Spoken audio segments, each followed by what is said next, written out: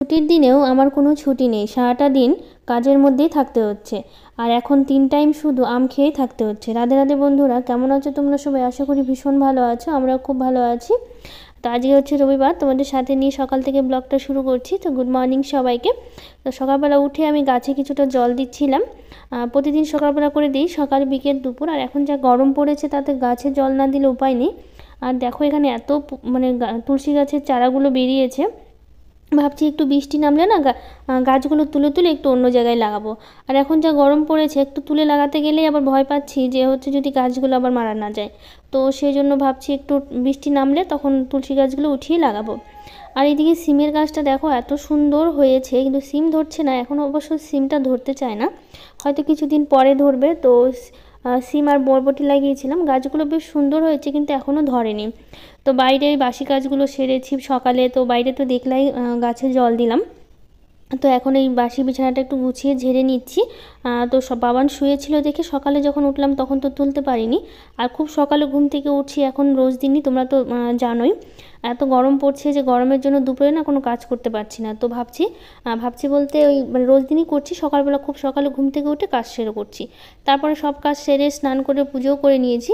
আর ঝাড় দেওয়ার সময় না টেবিলটা সরাতে ভুলে গেছিলাম, সরিয়ে ঝাড় দিয়েছি আর এই সাইডটাতে রাখতে ভুলে গেছিলাম। তো এটা সাইডে করে আমি তো কিছুটা কাপড়ও কেচেছি, তো সেই কাপড়গুলো নিয়ে যাচ্ছি এখন ছাদে মেলতে।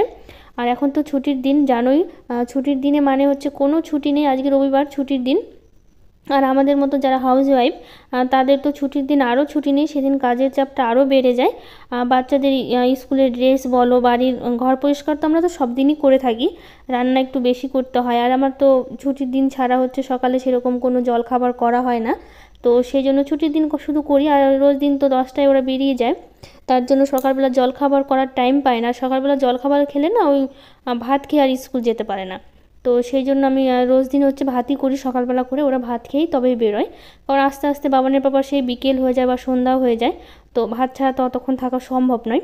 তো সেই জন্য আমি সকালবেলা করে ভাতই করি, আর জলখাবার করাই হয় না। তো সেই জন্য হচ্ছে এই ছুটির দিনগুলোতেই একটু করি। আর আজকে তো রবিবার ছুটি, সেই জন্য হচ্ছে। আর এখন না জলখাবারের কথা বলতে গিয়ে ভুলেই গেছি যে এখন আর জলখাবার করা হচ্ছে না, জানো এত আম হয়েছে তোমাদের কি বলবো, প্রচুর আম হয়েছে। আর এই সকালবেলা করে এখন আর জলখাবার কিচ্ছু হচ্ছে না, শুধু আম মুড়ি খাওয়া হচ্ছে, বা আম দিয়ে রুটি, দুই একটা রুটি করছি কোনো দিন, রুটি দিয়ে খাওয়া হচ্ছে। আর আমাদের তো মালদাতে বাড়ি, তোমরা তো জানোই মালদা হচ্ছে আমের জন্য বিখ্যাত। আর প্রচুর আম পাওয়া যায় মালদাতে এখানে, আর দামও কম, আর আমও ভালো, আর মিষ্টি, খুবই টেস্টি আমগুলো পাওয়া যায় এখানে। তো রোজ দিন সকালবেলা এখন শুধু মানে আম, সকালে শুধু নয়, দুপুর বলো বিকেল বলো যখনই মন চাইছে প্রচুর আম খাওয়া হচ্ছে আর কি। এই তো একটা মাসের মতো আমই পাওয়া যায় না, এখন আম খাবো না তো কখন খাবো। আর তো সেই জন্য হচ্ছে আমাদের তিনজনের জন্য সকালবেলা আম মুড়ি নিয়ে নিলাম, আমি, বাবান আর বাবানের পাপা। আর যেহেতু আমরা তিনজনই বাড়িতে, তো তিনজনের জন্য আম মুড়ি খেয়ে খাওয়া দাওয়া শেষ করে, তো গাছে না কিছু টমেটোগুলো মানে একদম পেকে গেছে।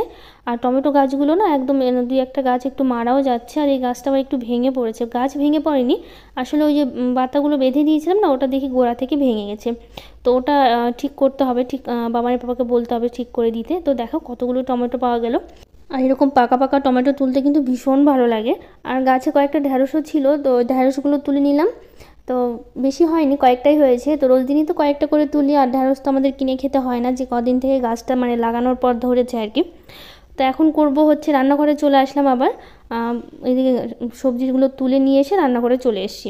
এসে এই যে শাক ঠাকগুলো, সবজি রান্নাবান্নার যা যা লাগে সবটা আমি কেটে নিয়েছি। এর মধ্যে বাবানের পাপা আম মুড়ি খেয়ে কিন্তু বাজারেও চলে গেছিলো। আর এখন করব হচ্ছে কুমড়ো শাক মানে বাটা করব। তোমাদের আগের ব্লগে দেখিয়েছি বাবা কতগুলো কুমড়ো শাক দিয়ে গেছে, বলেছিলাম যে রোজ দিন কুমড়ো শাক খেতে হবে। তো সেরকমই অবস্থা আজকে, মানে আজকেও কুমড়ো শাক খেতে হচ্ছে, কালকেও আবার খেতে হবে, এতগুলো শাক আছে, ডাঁটাগুলো আছে।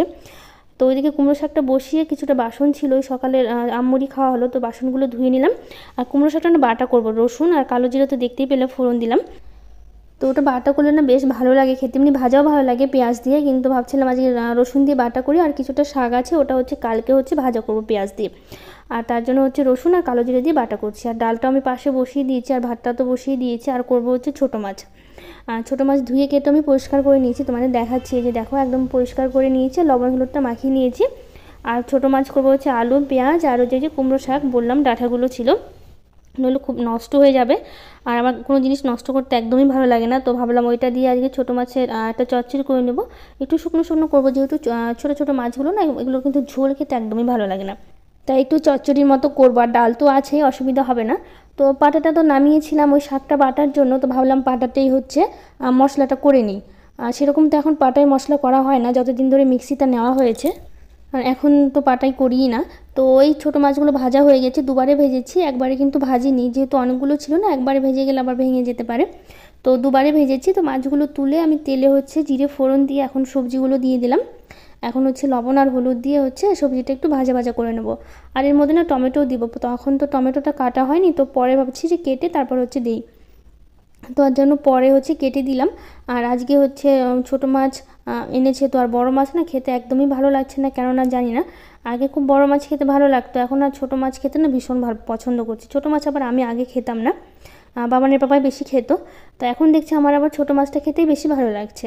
তো এইদিকে আদা জিরা মশলাটা যে বেটে নিয়েছিলাম, আদা জিরা লঙ্কা মশলাটা দিয়ে কষিয়ে একটু জল দিয়ে সেদ্ধ হয়ে গেছে সবজিগুলো। তারপর এখন দিয়ে দিলাম হচ্ছে ছোটো মাছ দিয়ে, দেখো একদম শুকনো শুকনো করে নিয়েছি। তারপরে হচ্ছে নামিয়ে নেওয়ার পর এখন হচ্ছে রান্নাঘরটা একটু পরিষ্কার করব। স্ল্যাবগুলো একটু না তেল তেলে হয়ে গেছে, রোজ দিন পরিষ্কার করি না, তারপরও একটু তেল তেলে ভাবটা থাকে। তো আজকে ভাবছি কি ভালো করে একদম সাবান টাবান দিয়ে একদম ভালো করে পরিষ্কার করব। তো সেই জন্য হচ্ছে একটু এই দিয়ে দিয়েছি লিকুইড যেটা আছে, ওটা দিয়ে একটু ভালো করে পরিষ্কার করে নেব। আর হচ্ছে এদিকে রান্নাবান্না তো প্রায় হয়ে গেছে, আর এখন তো স্নান টান করে নিয়েছি একবার। তো আরেকবারও স্নান বাকি আছে, কারণ হচ্ছে যে এগুলো রান্না বাড়ার পর তারপর ঘর টরগুলো মোছা বাকি আছে।